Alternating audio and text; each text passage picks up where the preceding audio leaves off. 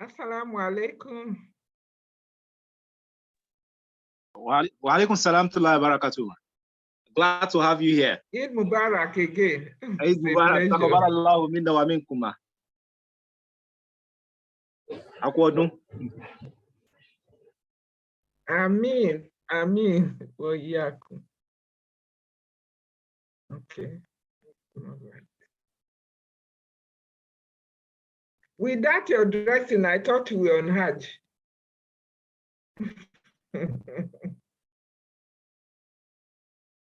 I can't hear him.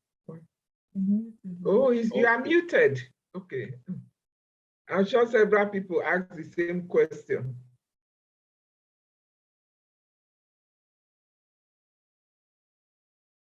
So how many have we got? Just 9 people. Oh, okay. Yes, I am. So sorry. I went for a business trip. Is it my network or his own? It's dragging. I would have also planned for Hajj. I didn't plan for the. Yeah, you said so to the capital.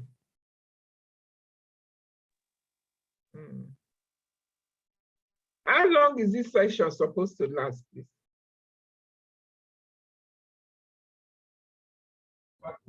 Yes, it will last for 2 hours from 11 to 1 o'clock. You are muted.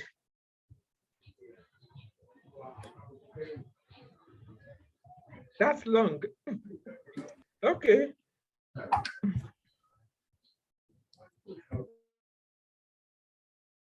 Are you the compere? No, it's going to join soon now. Okay, I think it might be necessary to introduce the reason why we are doing this. That's the purpose for this session. Yes, yes, my apologies. I think I was muted. I was actually speaking. So the session will not last us, it won't last us more than 1 hour, 20 minutes max, just to also give room for external questions.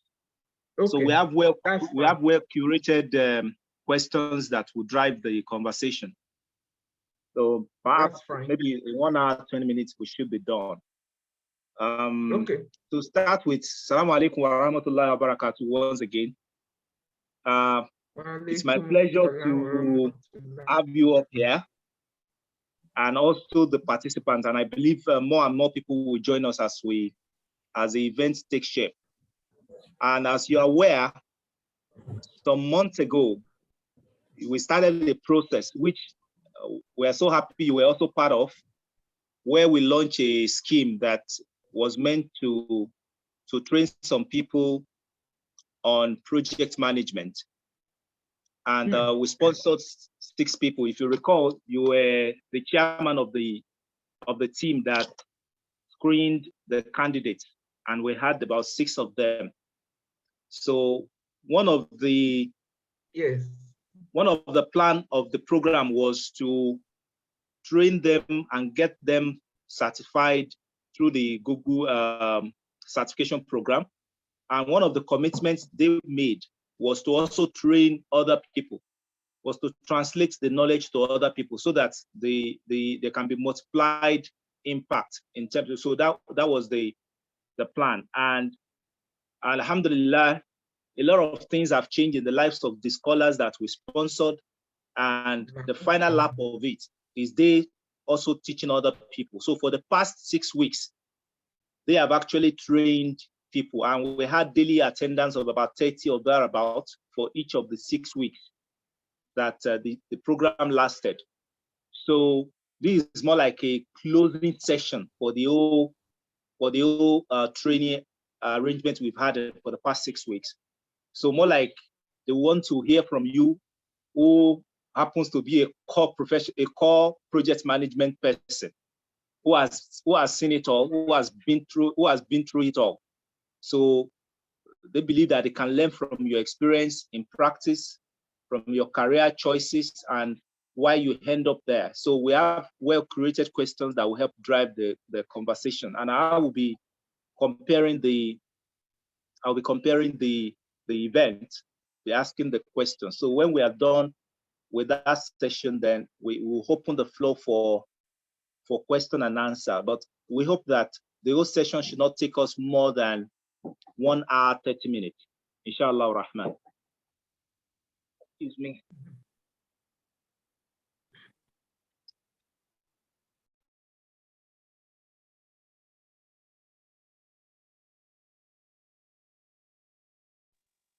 Okay.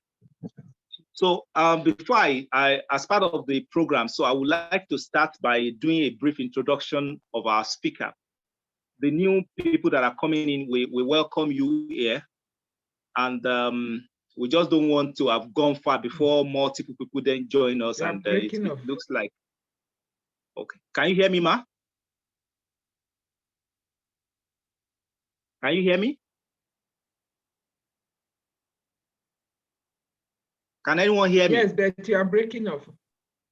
Oh, okay. Yes, we can hear you. Maybe I should position yes, myself. Yes, we can hear you, but it breaks off. Okay. The network is not very stable. Okay.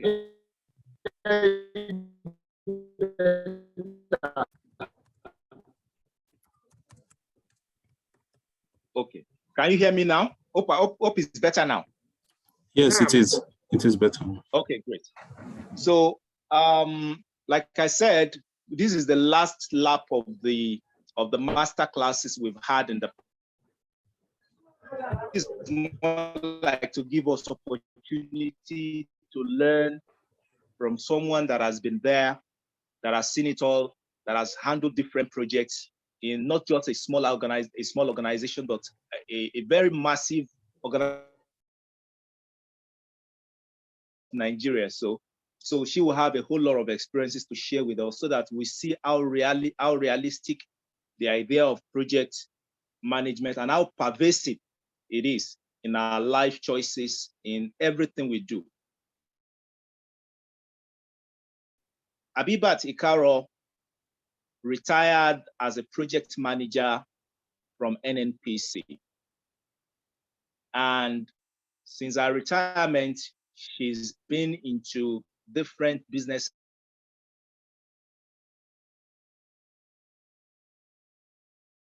Yes, I'm not going to go into so much detail so that I don't deny her of opportunity of telling us some of those stories herself in the course of our conversation, so that we can have the direct feel from her.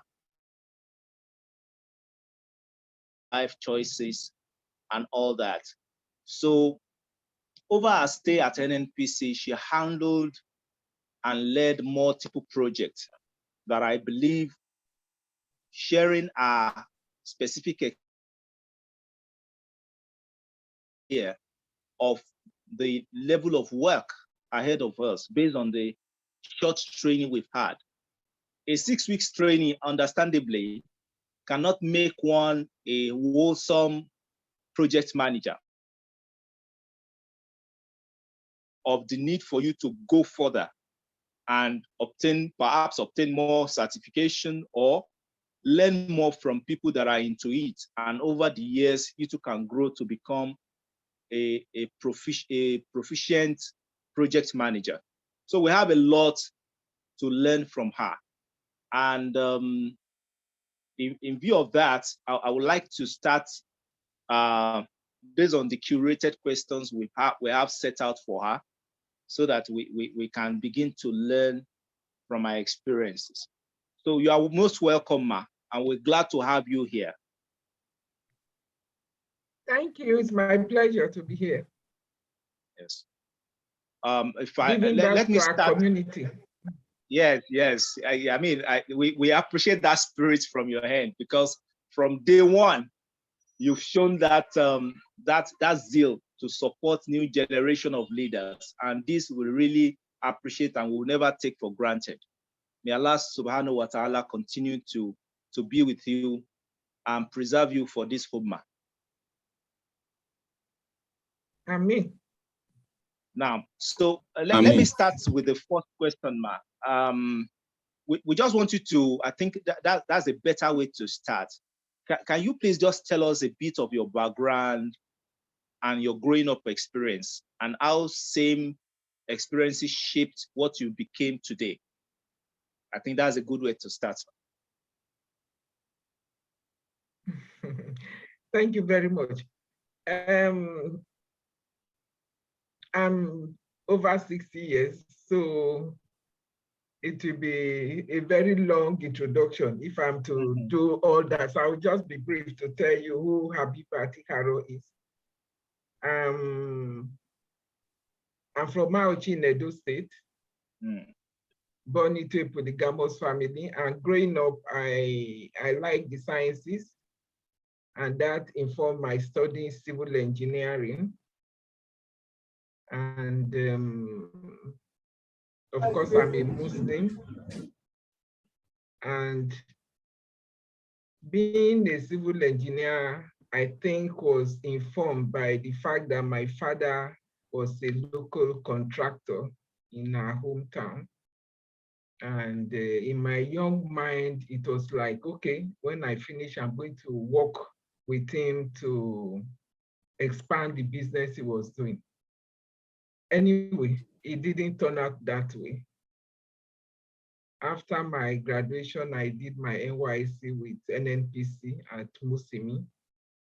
Musimi then, or still, is a part of PPMC, which was a department of NNPC. At the end of our service year, it was like automatic then that once you are done with service, you get employed. All the coppers were interviewed and recommended for employment. I was the only female. We had accountants, we had admin personnel, and the head of that department decided he wanted to see the people who were to be recruited, and then we went to see him at Falomo. We were Musimi, and then he was at Falomo. Long story short, we met him, and he said, yes, he will employ everybody except me. And his comment, because there are some experiences you find unforgettable.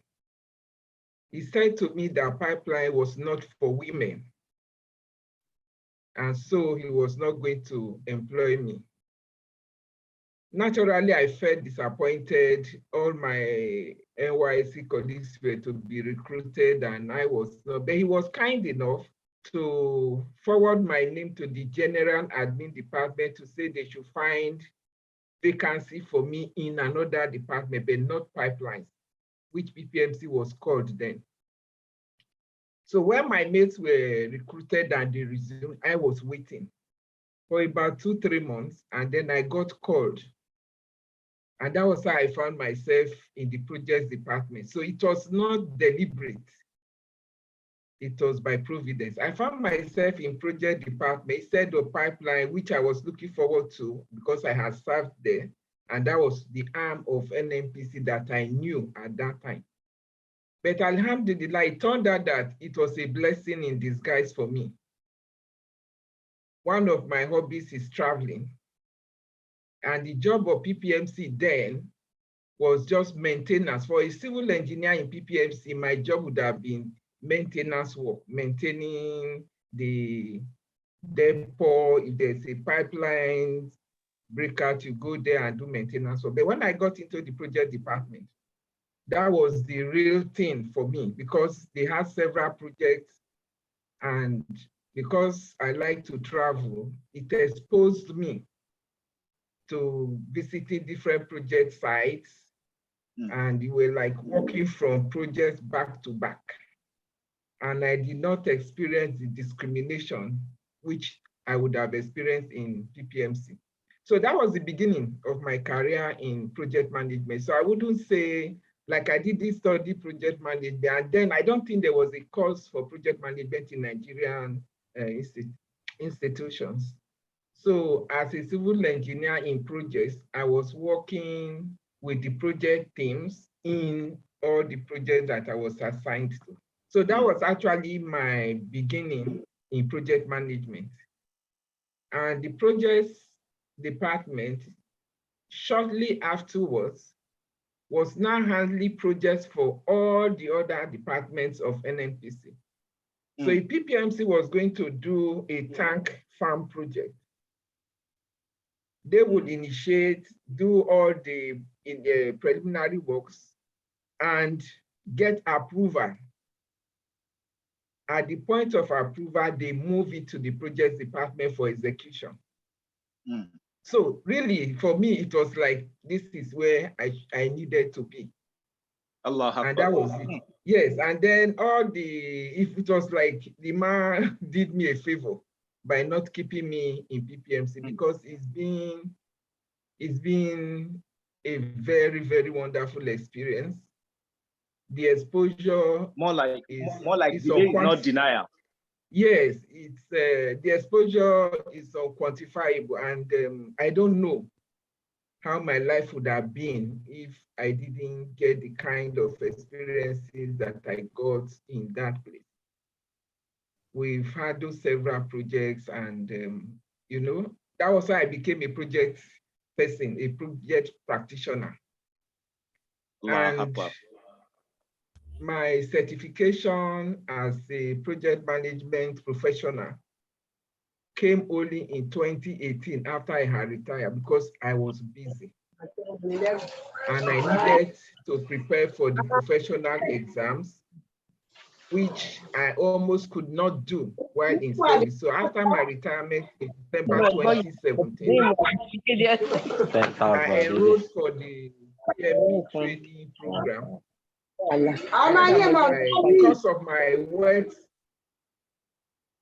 Because of my wealth of practical experience, I got it the first attempt, because you are allowed to try 3 times. And that is it. So that's exactly how I got into project management. Allah Akbar. Allah Akbar. The next question I was to ask was all immediately handled by that experience. And I could imagine your disappointment when that incident happened. You will be wondering, exactly, is it a cost to be a woman? You know, I could imagine what was going through in your mind at that time. MashaAllah, MashaAllah.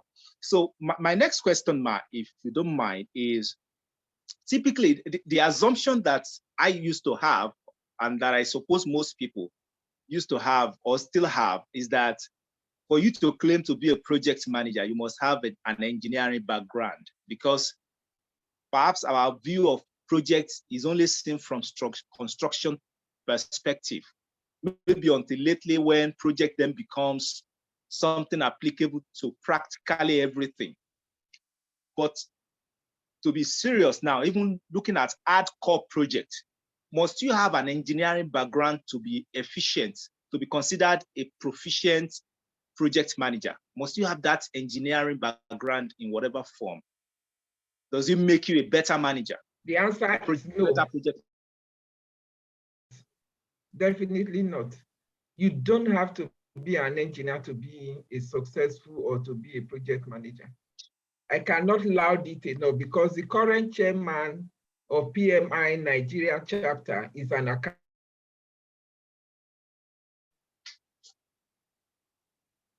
In fact, it is a no, and it is a no.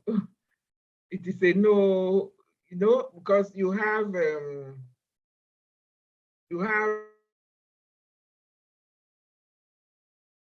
lawyers. Every profession, every discipline can become a project manager. And maybe we should even discuss what project management is. Management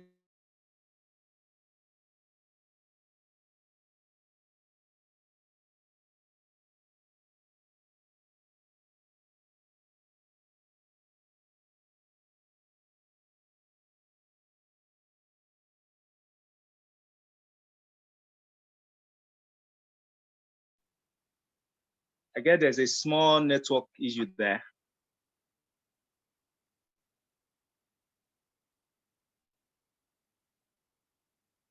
Or projects.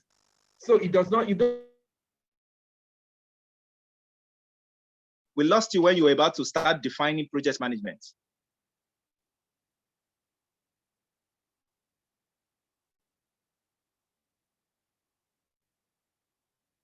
Oh.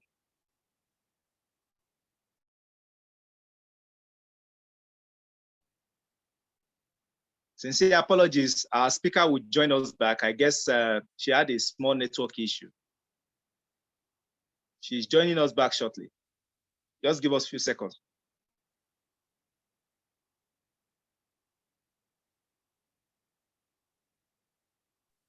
Apologies, I got disconnected. Yes, I thought as much. Is not stable. I thought as much, ma'am. Yes.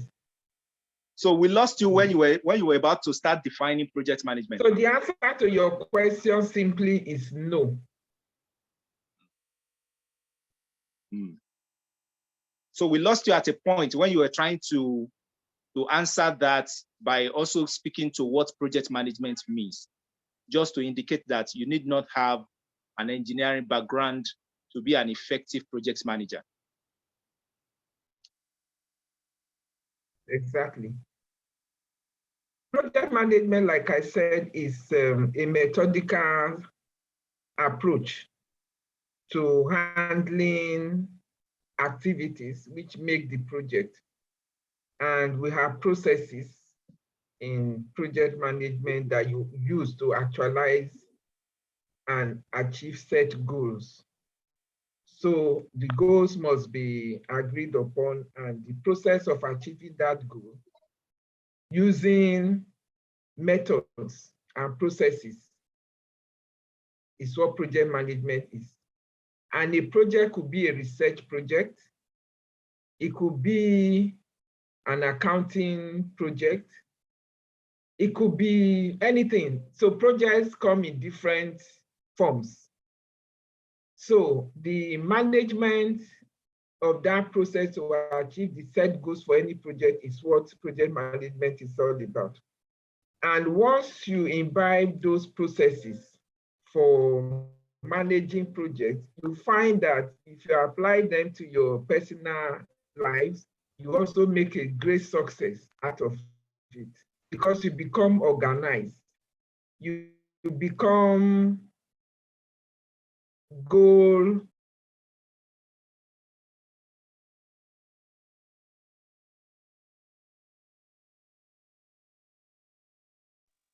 Apologies, everyone. I think network has cut her off again, but she will join us back shortly. But I want to believe we are all following the flow.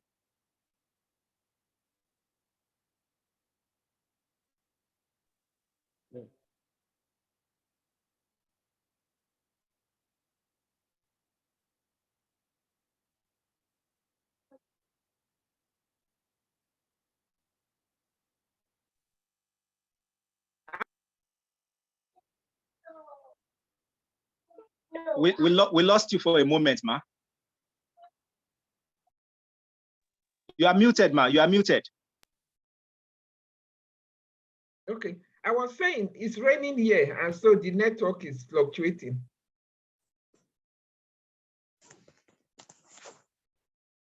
Okay, we can hear you now, ma.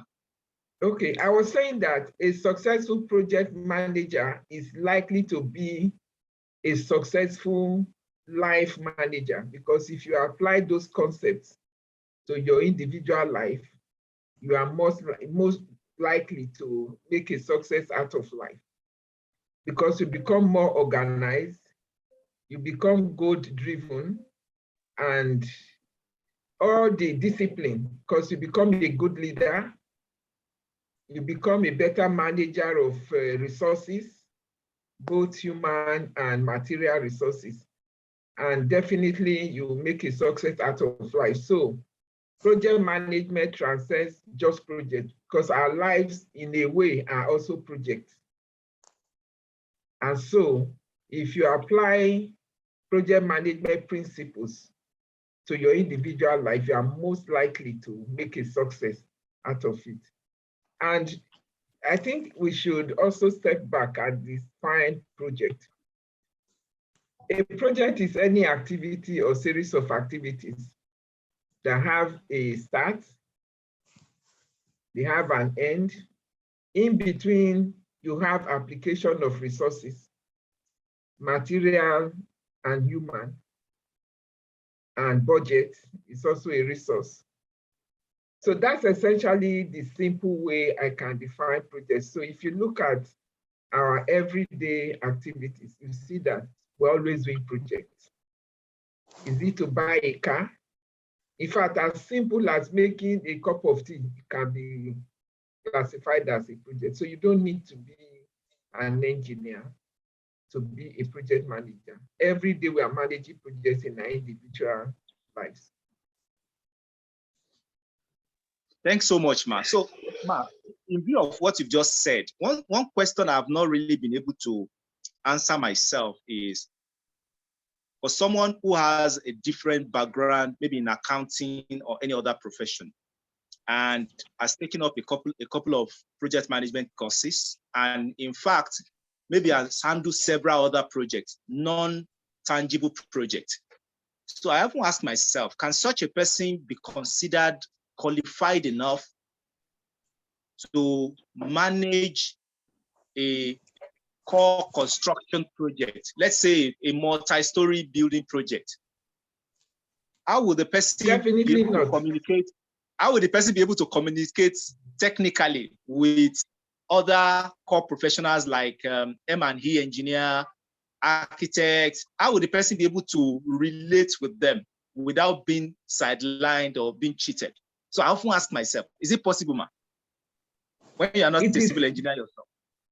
It is possible, but it is not advisable. I need to explain that. If you are the project leader, you are likely to have subject matter experts. But then, if I have engineering background, if I'm going to be a project manager for an accounting project, I cannot perform as well as an accountant playing that role. Similarly, an accountant or a lawyer becoming the project manager of a construction project, it's not impossible, but it's not going to achieve as much success like an engineer managing that project. Because really, what the project manager does is to coordinate all the subject matter experts, is to manage the resources available for that project, is to manage change, is to manage the process. But you need that knowledge so that you are not misled, because you take responsibility.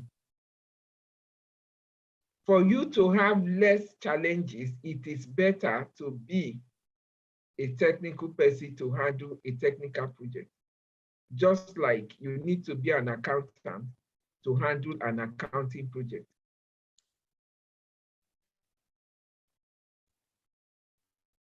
Does that answer the question? It does. It perfectly. Okay. It does answer the question perfectly. So what the takeaway here is still kind of saying that even though it's not impossible, but it's just not advisable, because it's a project that has serious consequence if there's a failure. Exactly. So there's chance that you could miss out some important details that if you were an engineer, you would have been able to pick up. One then wonders why we have high incidence of project failures or building collapses in Lagos. Could this be a factor? Could it be because most developers have no background in engineering? So could that explain the situation, Ma? No, I will not say so, because if you are a developer and you employ qualified engineers for all the if you are developing an estate, you get qualified architects, you get qualified structural engineer, mechanical, electrical, and all the areas are covered. Yours is coordinating this activity. You will get results. However, if you were an engineer, you probably will know that you are being asked to pay more for it should be. If you're an engineer or a builder, you're able to pick some risk that may affect the final goal of that project on time. They also need to be supervised. If the structural engineer, for example, makes a mistake, you may not be a structural engineer, but with your background in engineering, whereas a lawyer who is playing that role, he just accepts everything that these professionals bring to him. He's not able to critique, he's not able to see. People do is to engage consultants, which will play the role of supervising those professionals on behalf of the project manager. So in that case, this non-professional, even though he's the project sponsor, he now has a level of managers between him and the professionals who will advise him professionally. So why I would say some charts are coming in. Why I would say anybody can manage any project, it is not advisable to bring a non-professional to handle a professional job because of the reasons that I just enumerated. So yes, ma'am. Thanks so much, ma'am. And what I can take away from here is the fact that if you're a developer, it's better to take the pain and hire a project manager, perhaps with engineering background. Even though if you are going to be the lead project manager, he will serve as your support in ensuring that certain things you could have missed out, he can easily help spot them. Exactly.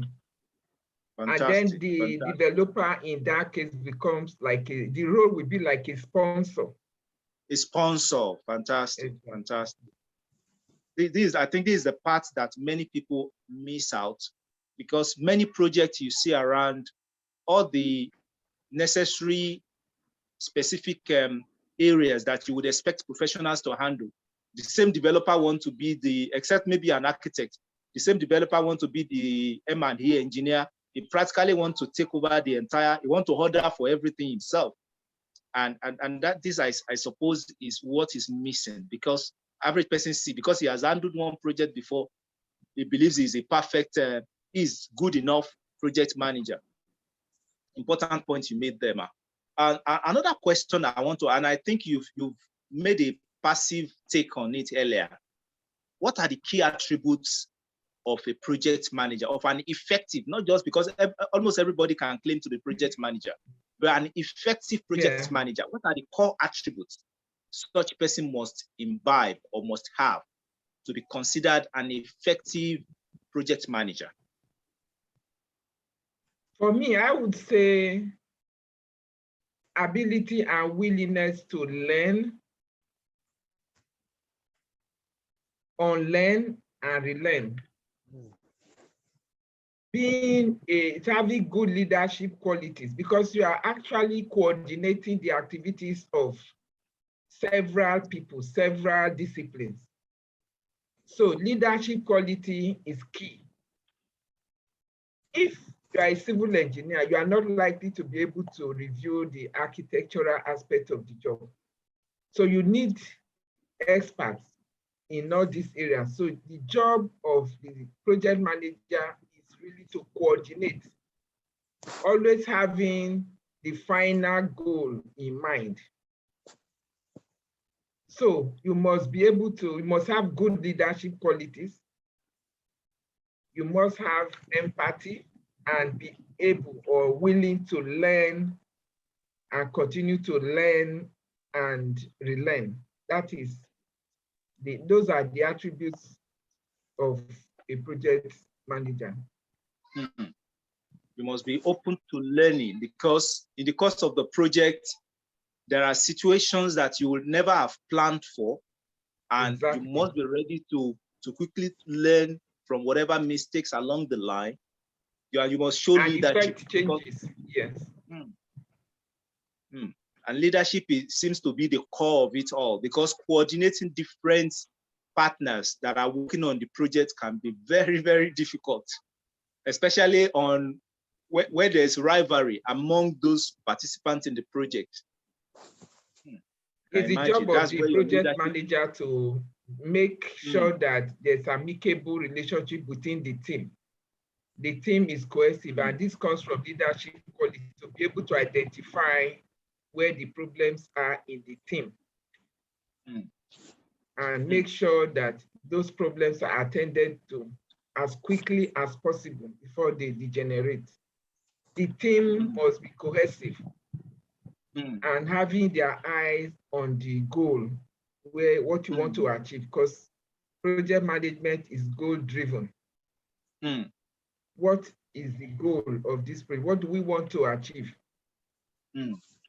So the project manager manages the schedule to make sure there are no lapses. There are no issues.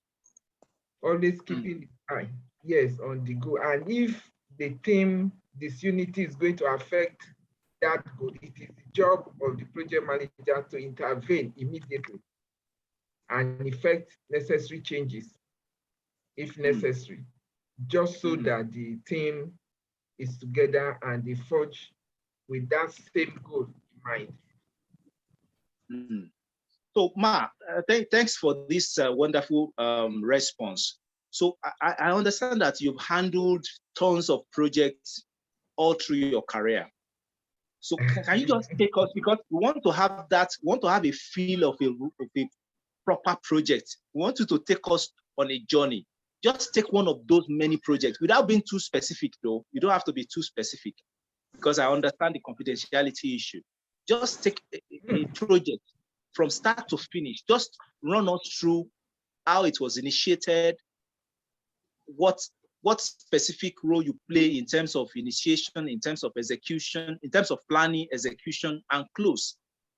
We just want to have a feel of a real life project that you handle. Just take us through that process, if you don't mind. Okay, where I worked, we didn't have the proper, or what I would say, a typical project environment. The initiators of projects that we were executing were different from the project department. So my department was involved from execution. For example, if a department identifies a project, they handle the initiation. There's a board, they justify to that board why that project should be executed. They source for the finance. Once that project has been accepted into the budget for that year, or for whichever year they want it executed, it goes back to top management committee for approval. And it's only then we have a project. They've done the initiation and planning. It is at the point of approval that it is moved to the project department. The project department then sets up a project management team for that specific project with all the disciplines, a team is formed. So we used to be involved from execution to closure. In this case, the approving body is the sponsor, the originating department is a stakeholder. And so they had representation in the team because they initiated to guide us on exactly what they want to achieve. So it's not typical. So yes, I've done many projects. We're usually involved from execution stage. That was the setup in the place where I work. But if we are to take a typical project that everybody can relate with,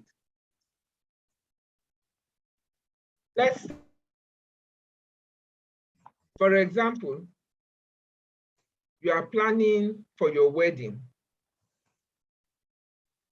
This is wholly your project. You are initiating, you are planning, executing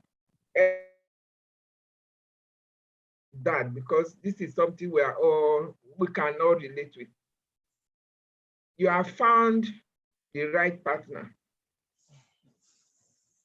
You have proposed and agreed, yes, we want to get married. It is so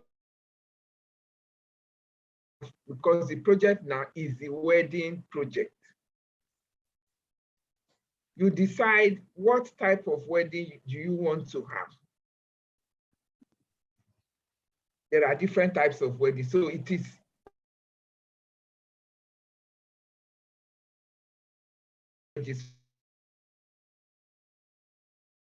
you agree this is the type of wedding we want to have. You start looking at costs. You start looking at the date, which is the duration in this case. When do we want to at the cost involved? You get a party planner or wedding planner, somebody to do the detailed planning for you. You have initiated it. The couple have initiated it. Hall, how much, what type of, what is the number of guests you are expecting, what location, all those details the planner gives them to you. This is the planning stage.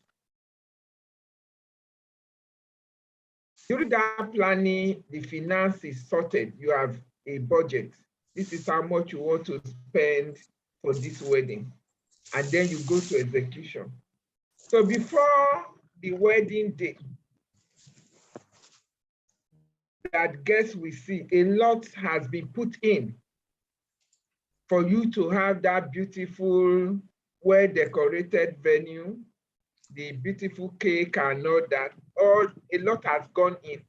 So that is towards the closing, because execution starts by paying for the hall, paying the cake maker, paying for your clothes that you are going to wear, all the entertainment and all that.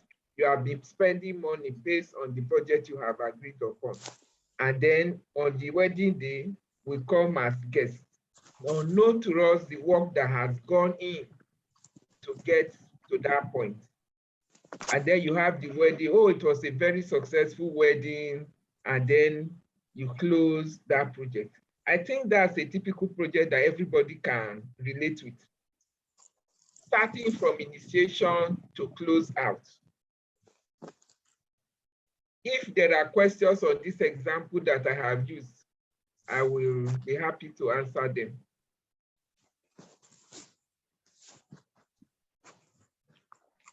So my next question, yes, thanks so much, ma'am. My next question is, given your experience over all these projects that you've actually handled in the past, there's no way you will not have faced, I mean, project is practically synonymous to problems. There are projects that you plan for, and along the line, things you never envisaged will begin to pop up. So, and I'm sure you must have had similar experience. You must have handled many problematic projects. Can you give us an example of just one very problematic project that really stretched you beyond limits? That how was the situation for you? How did you scale out of it? Okay. The Bonny LNG project, we had to relocate the community from where the LNG is sited to a town called Finima. During the relocation, we had to acquire the new place, move the people who were resident in that place out, and relocate the people who are moving from the site that has been selected for the LNG project. That project was called Finima Newtown. By the time we started, we had planned everything, the house designs, contractors, everything. We have met with the kings and chiefs of the place, said compensations have been paid, you know. By the time we were mobilizing our contractors to site, there was a protest. We met youths on site and they said we could not start work. They said we need to move their dead with them. We did not, you know, I mean, we didn't fathom that, but they said they could not live without their forefathers. And so we must move their forefathers along with them. Anyway, we were not, none of the team members were from there. And so we had to go into negotiation. They told us that their tradition is to appease the gods before you can move the dead or relocate the graves. It was a stalemate. The project stalled for over 1 month because we were deciding what to do. How to appease the gods. Yes, so eventually we decided we didn't want to lose more time. And so we set up a committee to negotiate with them and said, fine, we don't know your culture. We want you to help us to handle this aspect of the project. So we had to set up a new project for cemetery relocation of, they said they needed to perform some ceremonies and all that. What was it? So before we started that project, we had variation. We had things that we did not consider in our risk analysis. And it was not a small amount. Anyway, we negotiated until we agreed on an amount to be paid to them so that they could handle the ceremony of relocating their forefathers. So it was not the physical movement of the graves, or they said there were ceremonies they needed to do. So for me, that was they were not moving physical bodies. No, it was, they said it's a ceremony, it's a traditional, you know, so we had to settle with money for them to go and do that, give them timeline to complete and get back to us and tell us where we could mobilize to site. Because it affected their schedule, it affected their budget. Wow. And for me, that was an experience. You know, that's when I say you must be ready to learn and relearn. So if I'm to plan a project, a similar project next time, I will factor in that we may have to do something like this because of my experience on that project. So I think that for me was something new and a bit of challenge, because the LNG was critical. And so we could not afford slippage on our schedule, but it happened because of this unexpected development. And so it was for us now to see how to quickly recover that time so that the main project is not affected because of this relocation project, which has to be completed before the construction of the plant will start. And there were penalties for delay on that plant starting.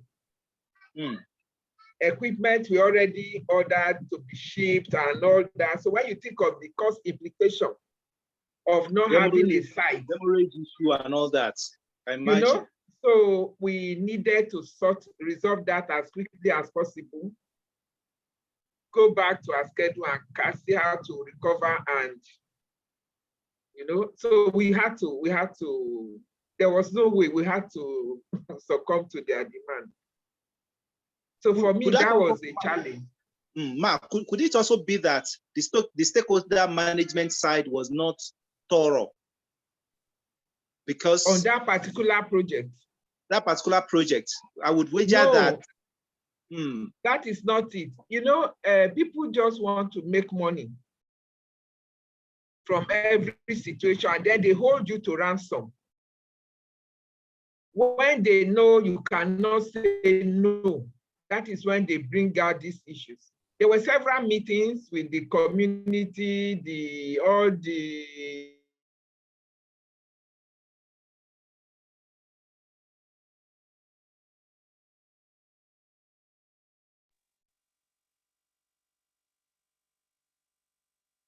Seems we've lost you. Please, she will join us shortly. I think our network is hanging. Please, let's be patient. She will join us. I think she's still here, but the network is freezing.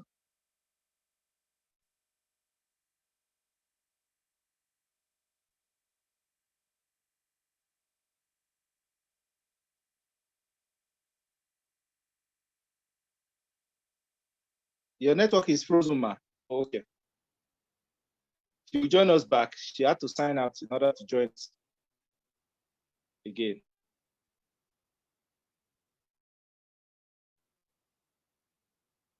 Let's just give us some seconds. Yeah, there was a break again. I'm back. Yes, ma. Glad to have you back, ma. Okay. So like I was explaining, we did all that different groups and getting them to sign, allocating house types. We took number, the census, the population and all that, allocating house types, allocating house. So family A knew the type of house they were expecting because of the number of the family from the census that was taken. And the state government was resourced throughout that initial stage. That where to introduce them to decide to mobilize. That was when this came up. And then we went back to the state government. The state government tried to use funds, but we told them, no, please, you don't use funds. So this going up and down, okay, we decided, okay, the state government will stay out and allow us to resolve it. Because the state government was going to, and we wanted to, you know, make progress. They could start the project for longer. So we just told the state government to stay out and let us. We had to make compromises. We had to, you know, and it's just money. At the end of the day, it was just extra money. And that's where contingency comes in. When you are, you know, planning project, you must have contingency fund.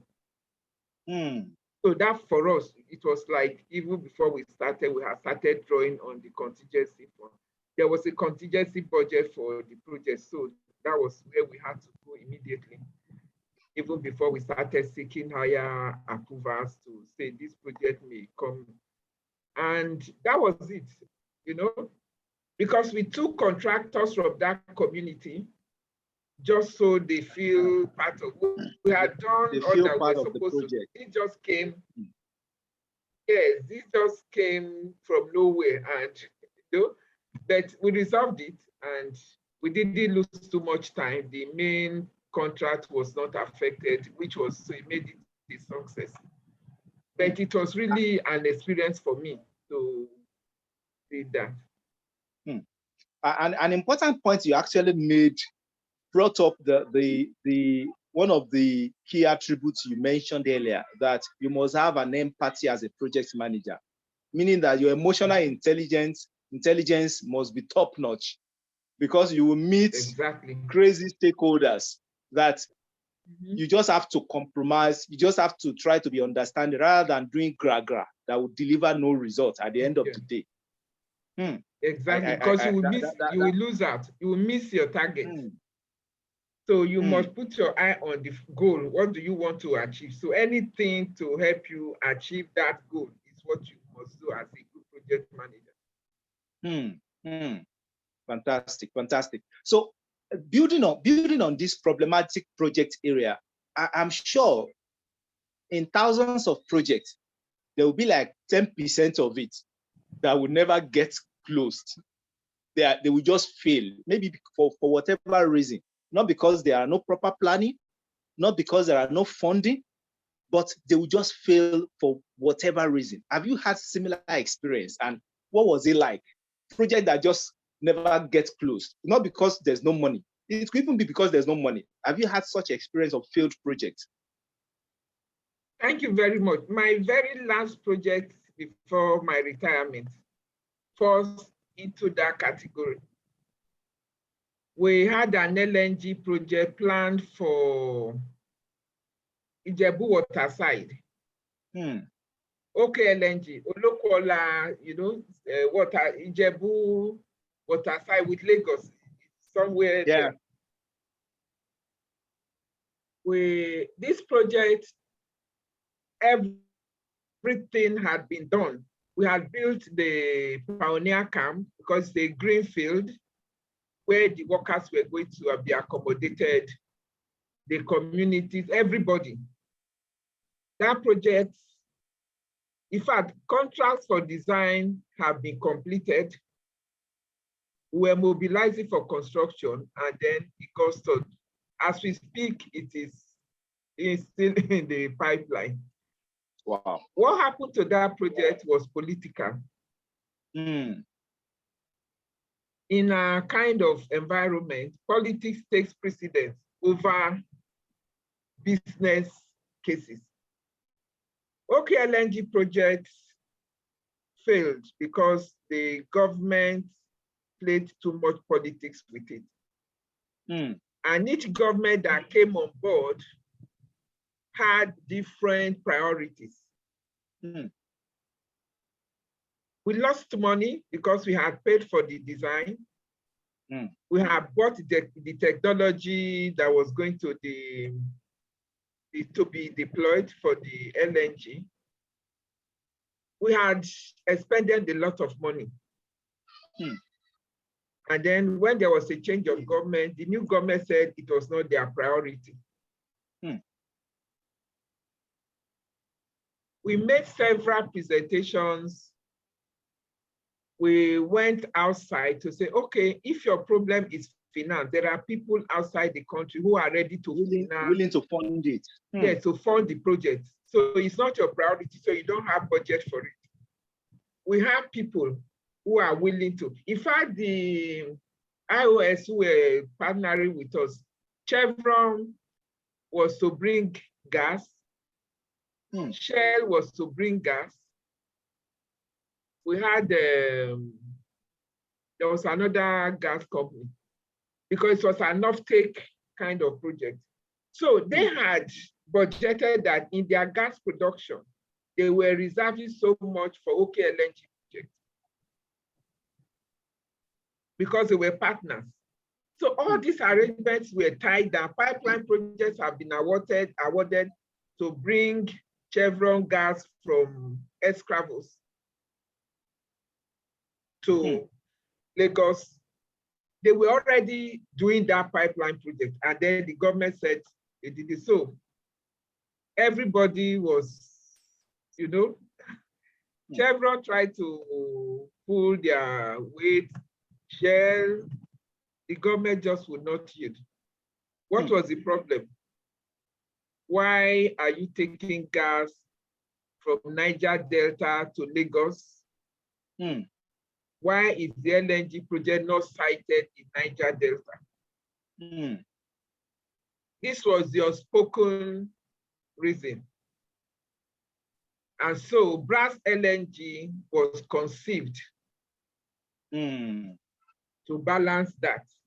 To balance that. unfortunately, Brass LNG had technical issues. Mm. So it was like, if Brass LNG does not progress, Then this one too cannot progress. Exactly. So it was purely political, wow.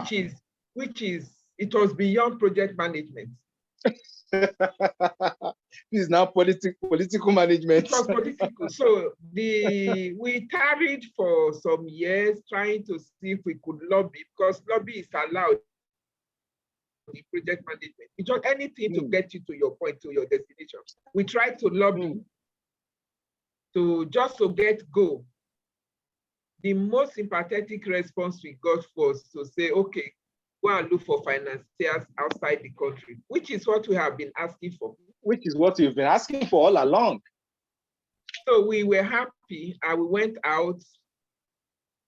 We went to Qatar because they were trying their own LNG. We got some financiers, but by the time they came, they didn't believe our politicians that the project was going to go, because Brass was stalled. So they were able to read that the politics was more than just bringing their money. So as we speak, LNG is not done. Nigeria is flaring gas in the Niger Delta. Big shame. Citizens' health compromised. A lot of money lost in the process. There are many such projects, but this was my own personal experience. Several meetings at the presidency to try to talk people to, make them see why this should happen. Unfortunately, it did not happen and it has not happened. Wow.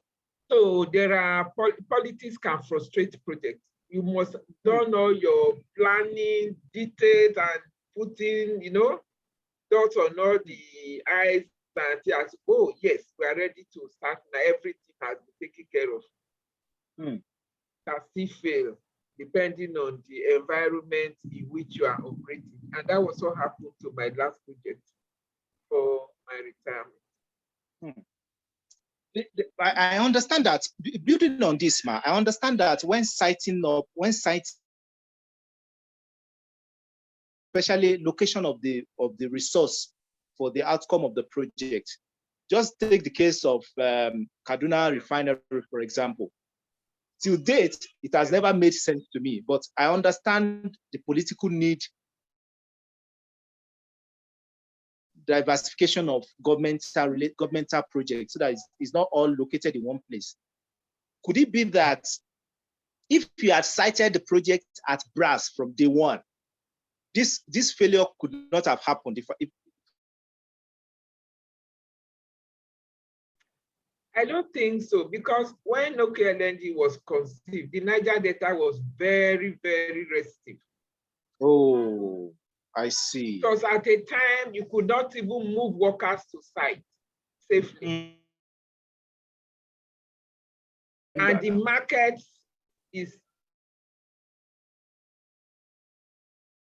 So if you produce and you are not able to market, what is the point? So I don't think, like I said, after much work or argument, we decided to balance, to answer this type of question. Brass, there was no good soil. There was the location chosen for Brass LNG. It was not going to the soil surface. It wasn't ideal. And the cost of replacing that soil was going to be so much. So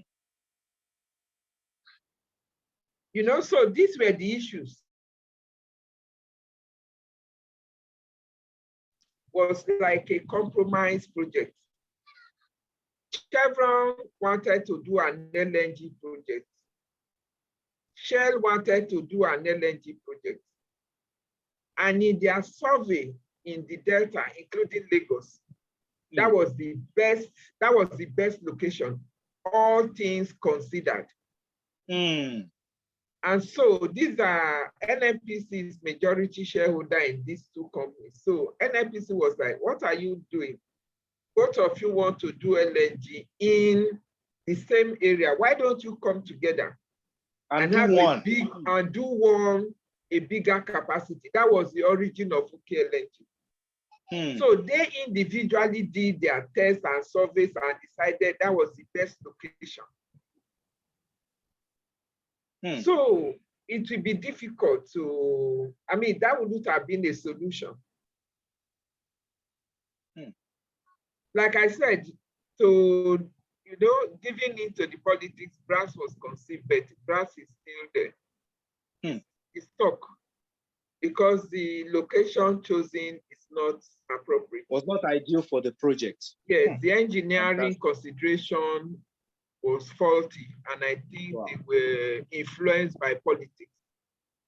So say you must put it here, and it didn't work. So sentiment is a problem in project management. Yes. Sentiment. You must manage sentiment. Yes. So there's always that difficulty in distinguishing between stakeholder management and sentiment management. Attempts to pander to sentiment will always come back to Hunt's project. Yes. If you want to do good project management, sentiment should be out. But in our environment, you must consider it. You must manage it. You must manage sentiment. Yes, you must consider it. Unfortunately, we are here. It hasn't helped. A lot of projects have failed because of that. Government influence, it must be cited in my town, in my place, not where engineering surveys have depicted.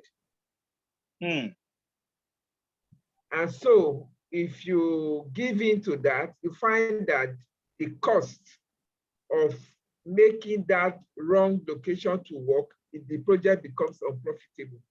And if you have external financiers, they back out at that point because they see that it's just a waste of. But there are projects that you do. Yeah, there are projects that you do for social good, social service. Yeah. And I think Kaduna was one of, so the Kaduna refinery that you mentioned. There are some projects that the goal is for social service, not for profit. It's not economic. So such projects, yes, you know, it will be successful because the goal is for social service, not for economics. But you have to decide why you are doing a project. But even at that, it's still not sustainable because if the idea was for social reason, then it should be sustainable. If not, like Port Harcourt project, the Port Harcourt refinery that's even cited right there where the oil resource, where the crude oil is, they are all non-functional as of today. Just the same way Ajaokuta never took off, never even produced one barrel of iron, you know. Exactly. So we have a lot of failed projects because of political influence or lack of it, lack of political will. When the political will is absent, the politicians are afraid or not unable to make decisions to make projects succeed. They suffer and the projects would fail. There's no reason why Ajaokuta went the way it went, except that there was no political will. I think that was one of the biggest projects that we have had, and it was built. I think they had issues with sourcing raw material. I don't know the year on year. Okay, let's look at it's often critical. Can you hear me, ma? Can you hear me? Can anyone hear me? Yes, we can. Yes, we are hearing you. Okay, great. So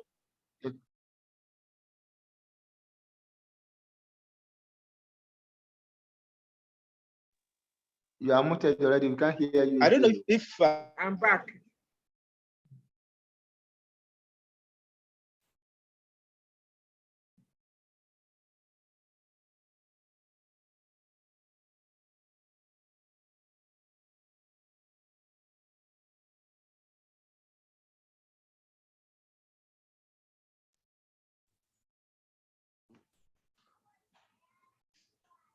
Salam alaikum, I'm back. I got knocked off again.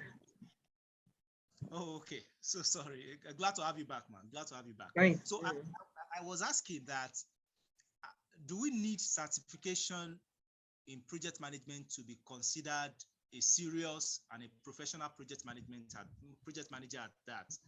Let's say, do we need a PMI certification or a Prince 2 certification to be considered a... You are rather faint. Oh, okay. Can you hear me? Can you hear me clearly, ma? Not clearly, it's low. Your voice is low. Okay. Let me. What about now, ma? Can you hear me? Okay. It's better now, but not as it was before my last outing. Okay. So I wanted to ask that, do you need a certification in project management like PMI or Prince 2 to be considered a proficient and a professional project manager for that matter? Do you need to have such certification? Can't you build the competencies through the course of your career without necessarily having those certifications? Do you need them to be considered a professional project manager?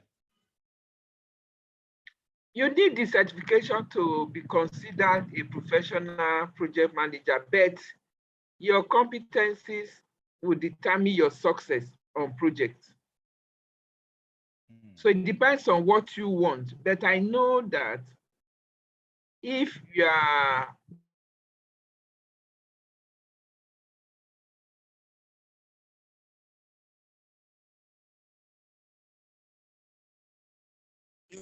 if you employ 2 project managers and one is certified and the other is not, chances are that the one that is certified will get a higher pay than the one that is uncertified. So those are the advantages. But if you have learned project management skills and you are using them for yourself, maybe you are self-employed and all that, you may not bother about the certificate.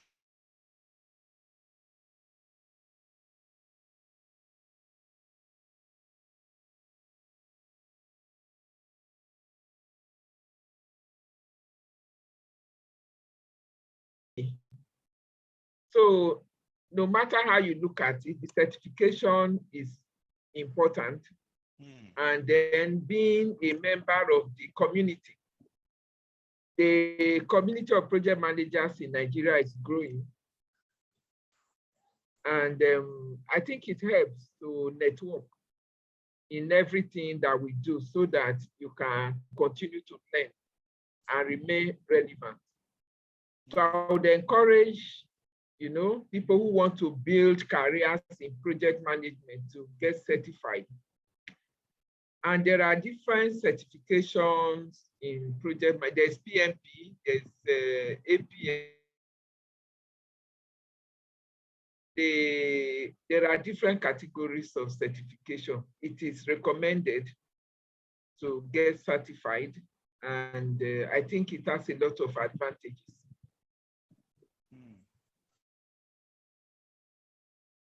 Between PMI and Prince 2, which would you recommend for someone and why? I'm a member of PMI.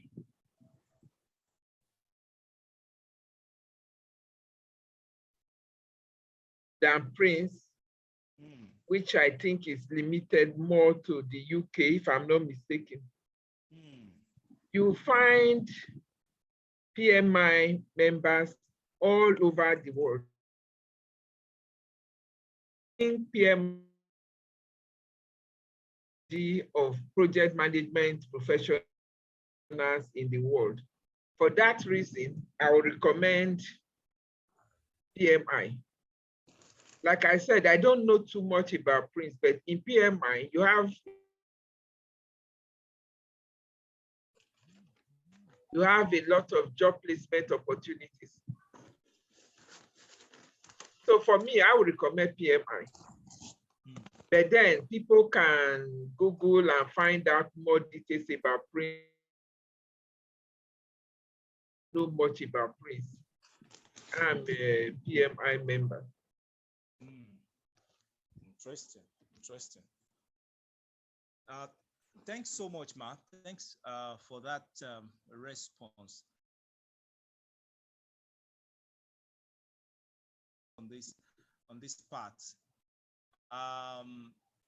Ma, if you look around us for projects, for different categories of projects we have, there are constant changes in projects these days, and you hear of different methodologies that are propping up. You hear waterfall, agile, lean, Six Sigma, that I've lost count of them, that I don't even know which one is which. I just don't know. Do you have real life experience of some of these modern project management methodologies? Maybe an agile project management experience. Do you have any of such modern methodological experience that you can share with us, so that we can easily relate to them? I understand that. I am. Go ahead, Ma. Okay, I thought you had not finished. I'm really straining to hear you. I don't know what my volume is at the maximum. I have I worked with waterfall ultra, which is the traditional project management methodology. That means before you start, you have planned out everything from beginning to the end. That's from start to finish. You're able to at least up to 90% plan what you want to do on that project. But with the advent of telecommunication, we have agile. Agile works in sprints. So if you have a large project, you can break it down to smaller units. That's what agile is. So it's continuous elaboration. What that means is, if, for example, Samsung is releasing a new handset, that's a project. That's correct. Their programmers and all that will go to work. They can say, okay, let us do the first sprint. We're just bringing out a phone with so many functions. Once we launch that, we can take another sprint to add more functions to that particular phone.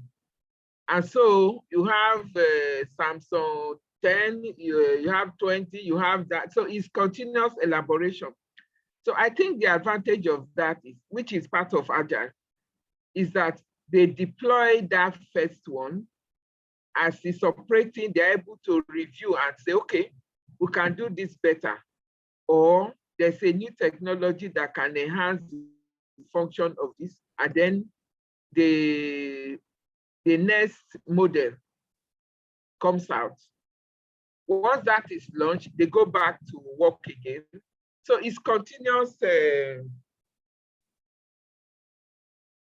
elaboration or iteration. So for me, that's my understanding of Agile. I have not really worked with Agile because I believe in construction project management. It's either you use the traditional, which is waterfall, or you use the hybrid. But the methodology to be deployed depends on the nature of the project. Our projects are different. So if you know you understand the project you want to execute, you can now decide, okay, this is the methodology we are going to deploy. But for most construction projects, the waterfall method is more ideal. And then with technology now, we can have hybrids where you can deploy agile in some aspects of a construction project and use waterfall for some aspects. So then it's hybrid. I have worked with hybrid, I have worked with waterfall. I don't have much experience with agile methodology.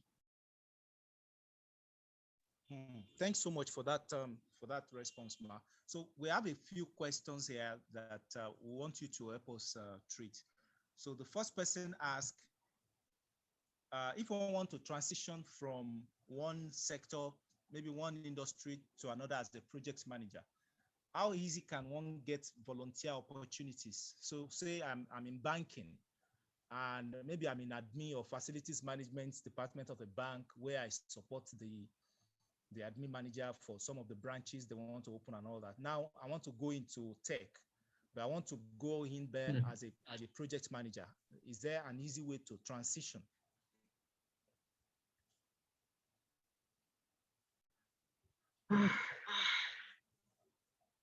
Hope you got my question, Ma. My internet is bad. I could hardly hear you. I heard you say somebody wants to transition from banking to.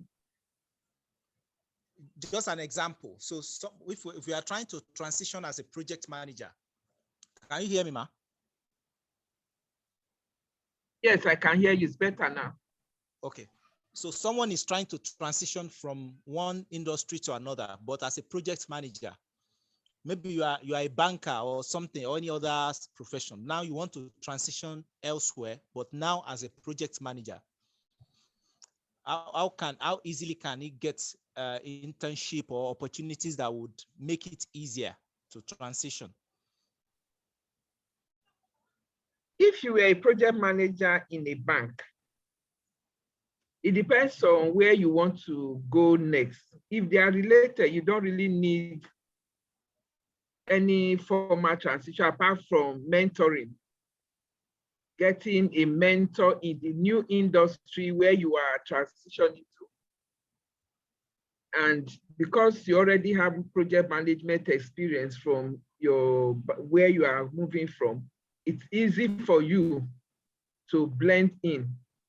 So for me, I would think mentorship would take care of that. But like I said, it depends on where you are moving to, from wherever you are moving.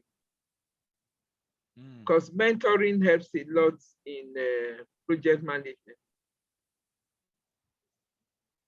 Does that answer the question? It does, Ma. Okay. So someone else asked, what are the technologies or maybe software or as the case may be, what are the technologies that you need to deploy or you need to learn or you need to get familiar with as a project manager to make your job easier?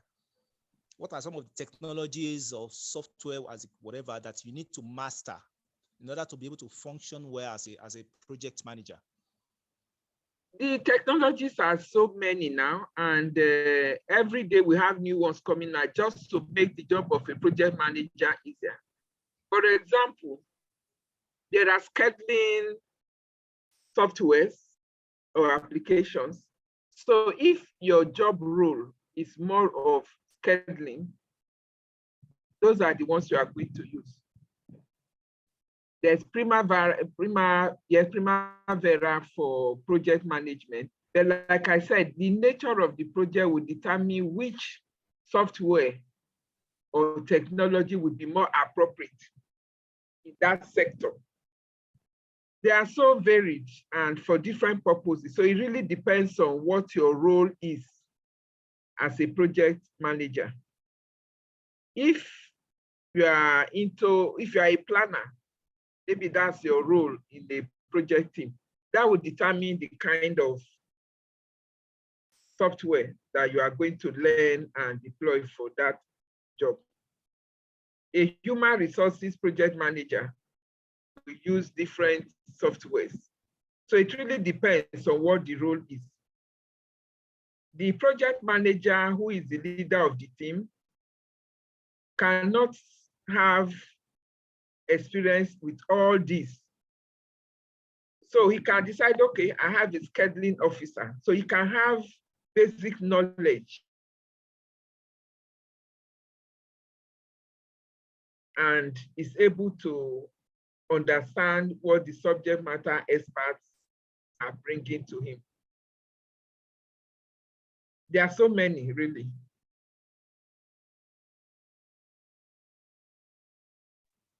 Okay, thanks so much, Ma.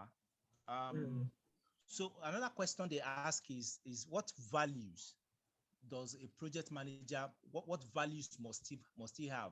So typically an accountant, they will say you must have fundamental values that every project manager must imbibe or must work with in order to be successful. Integrity.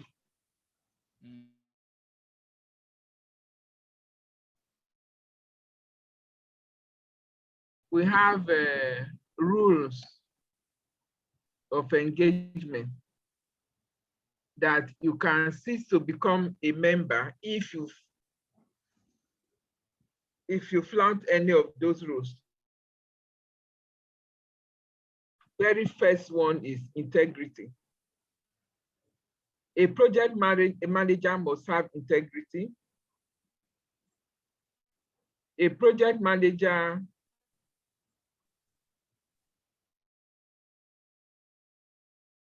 integrity covers everything. And then being fair in handling your team members. And like I had said earlier, empathy.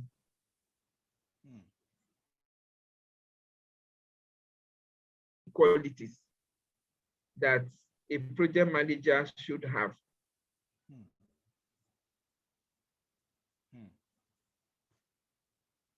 Thanks so much for that.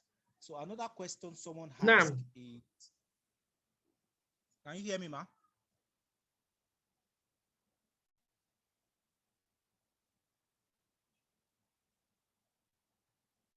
Can you hear me, Ma? So someone asked that what distinguish a project manager from? You said another question is. Okay, so someone asked that what distinguish a project manager from an event planner? An interesting question, if you ask me. They said, what's the difference between a project manager and an event planner?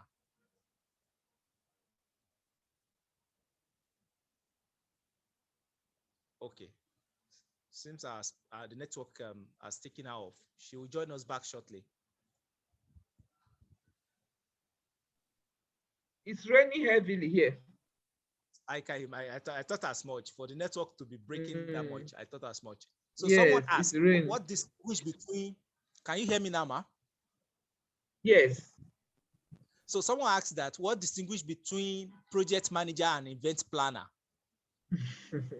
An event planner is a project manager. Interesting.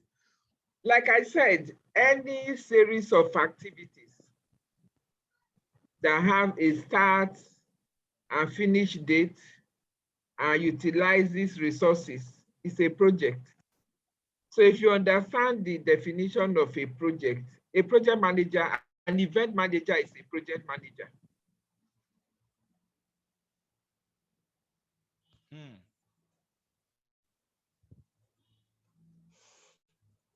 You can't manage an event if you don't deploy proper project management techniques. Of course, because there will be planning, initiation, planning. Once it has the different stages of a project, the life cycle of a project, then any activity that has all the stages of a project is a project. An event planner, the project will be initiated, whatever.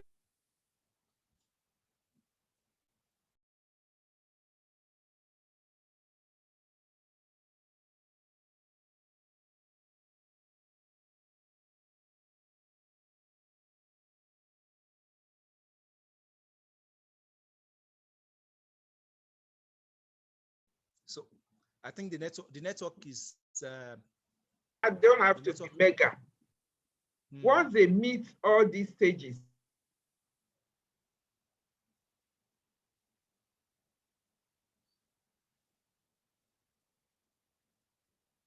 the network is freezing, ma.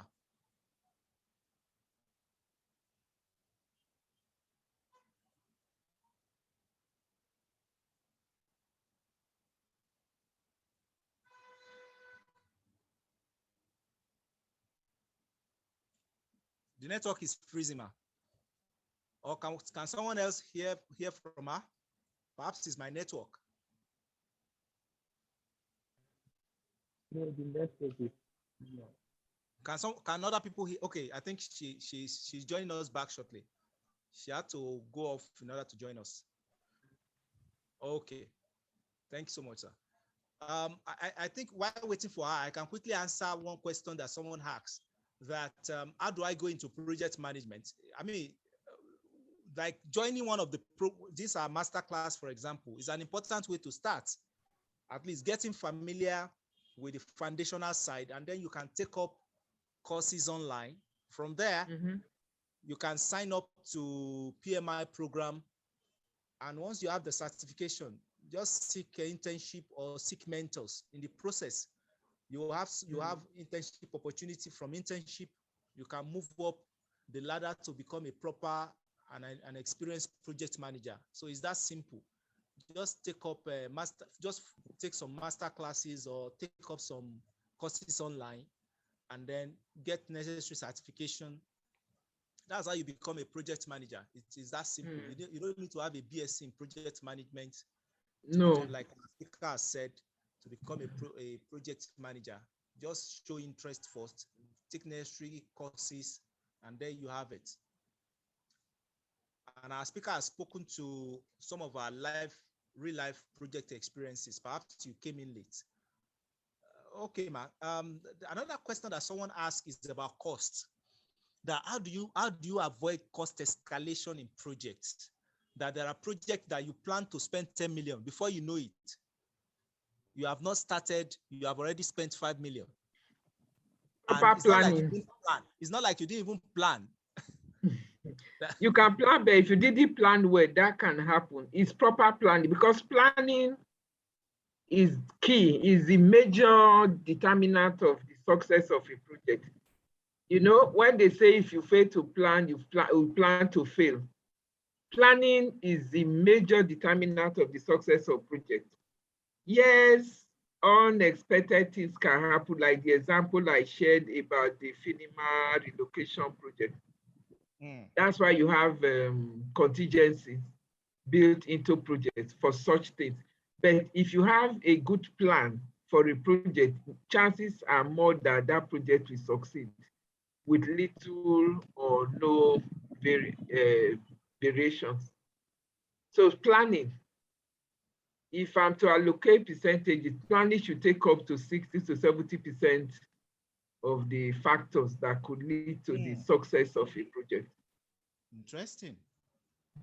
Planning, yes. Interesting. So as part of the planning, you will have also worked around what can go wrong. You exactly. Do a proper risk assessment. Risk assessment. What are the things that can go wrong? If they happen, what will I do? The problem with planning, is that like our people will say, analysis paralysis, that too much analysis can even discourage starting the project in the first place. That sometimes just get into it. That's where agile is coming from. Just get into it. That's where agile is coming from, because we are waterfallers and they say they are agility. So the agile project manager will tell you, I don't have time for, and usually you adopt the agile methodology when you don't have enough time to plan.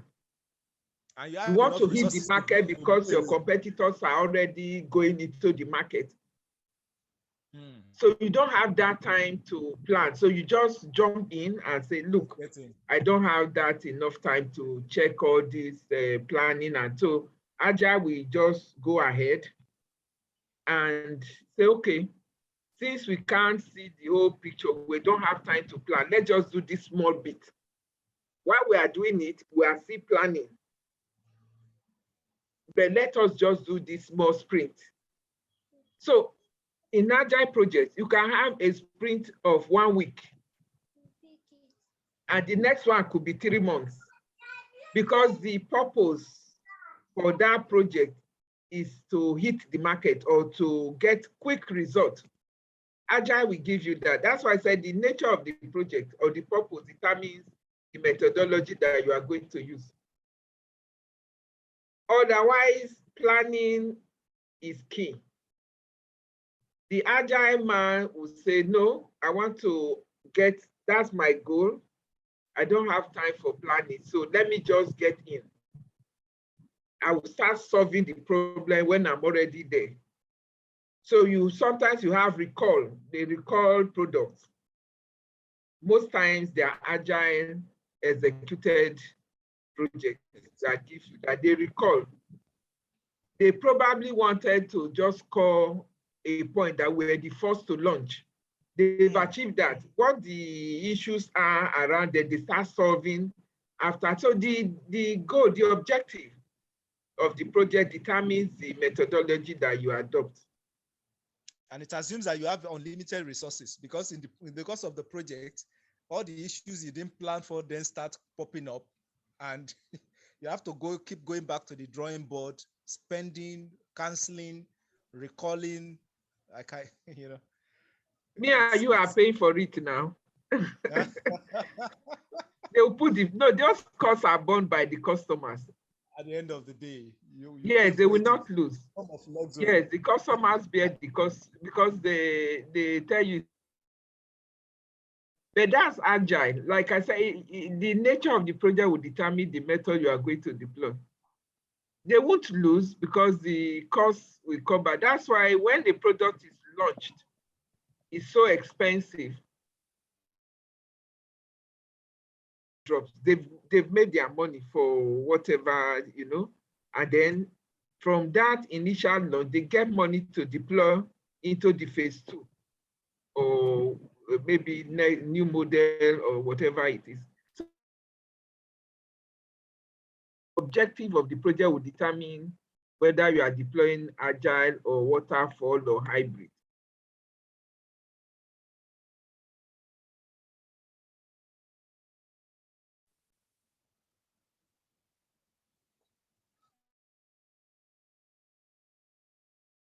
Hello?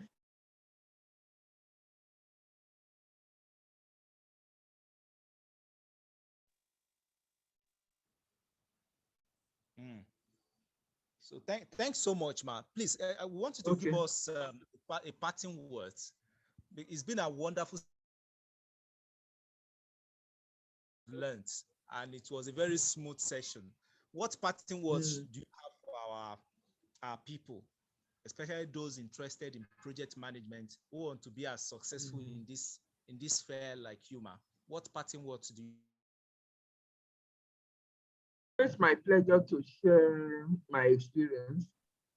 And as a project management practitioner, I encourage people to take up project management, if not for anything, for their life management, because it helps you to live a successful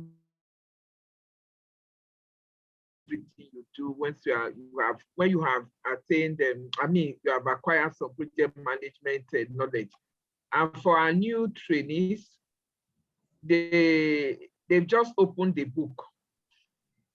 It has several pages, and it helps to have a mentor as you grow to become a professional project manager. So what you are now is, yes, a project manager, but you are not yet a professional, which is a different stage, and you are not yet certified.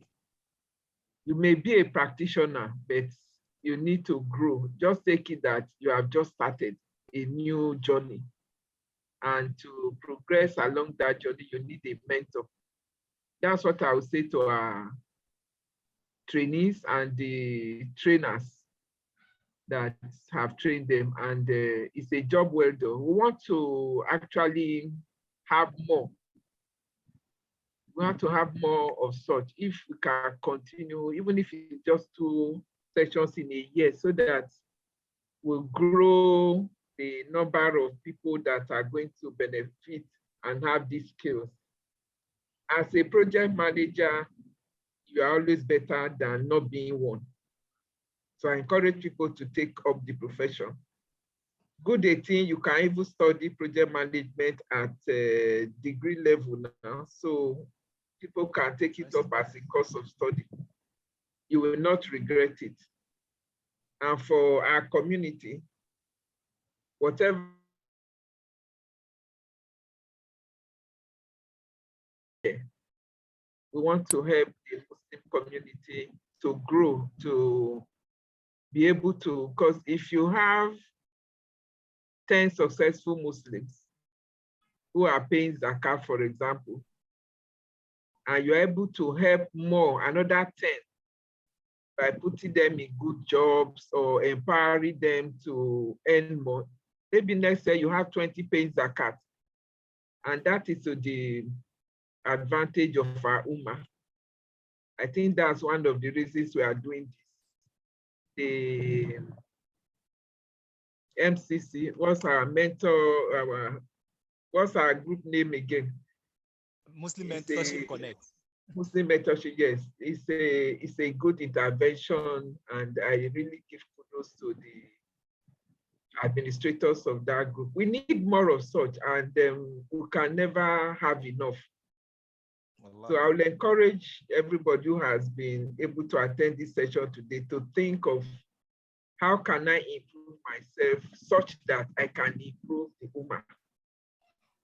Because you have to be standing firm to be able to give. And that is why our religion says you must have a certain amount before you can pay zakat.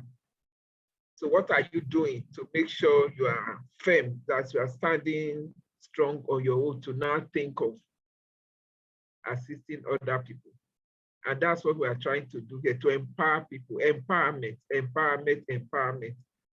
We need to empower our people to take their rightful places and have an enlightened ummah and have an enabled ummah who can help with our causes. So I'm always available if you need me. Inshallah, inshallah. Yes, so that, and we try to get more people to be mentors and encourage mentees to come on board to be mentored and take it seriously. Thank you very much. It's been a wonderful time with you, sharing and also learning. Thanks so much. We really appreciate this. May Allah subhanahu wa ta'ala continue to be with you and preserve you for us. Two important points you made. We'll consider sponsoring another one for this year, inshallah. And we're just trying to close out on the training school we're working on. So we're closing out on that. Maybe as soon as we're done with the training school, we can consider another episode for the same program. And we're starting our mentoring, direct mentoring scheme soon. We're just trying to finalize work on the platform. So as soon as we're done, we'll launch the mentoring scheme again for this year. So thanks so much, man. We really appreciate it. Thanks everyone for showing up. Thanks for making your presence count, and thanks for being part of this. We pray Allah subhanahu wa ta'ala continue to grow us in knowledge and wisdom. Thank you, everyone. We really appreciate you coming. And thank you once again, Ma. We'll be in touch. Thank you. Thanks so much, Ma. Yeah, assalamu alaikum wa rahmatullahi wa barakatuh. Wa alaikum assalam wa rahmatullahi wa barakatuh. Jazakumullahu khairan. Thank you very much.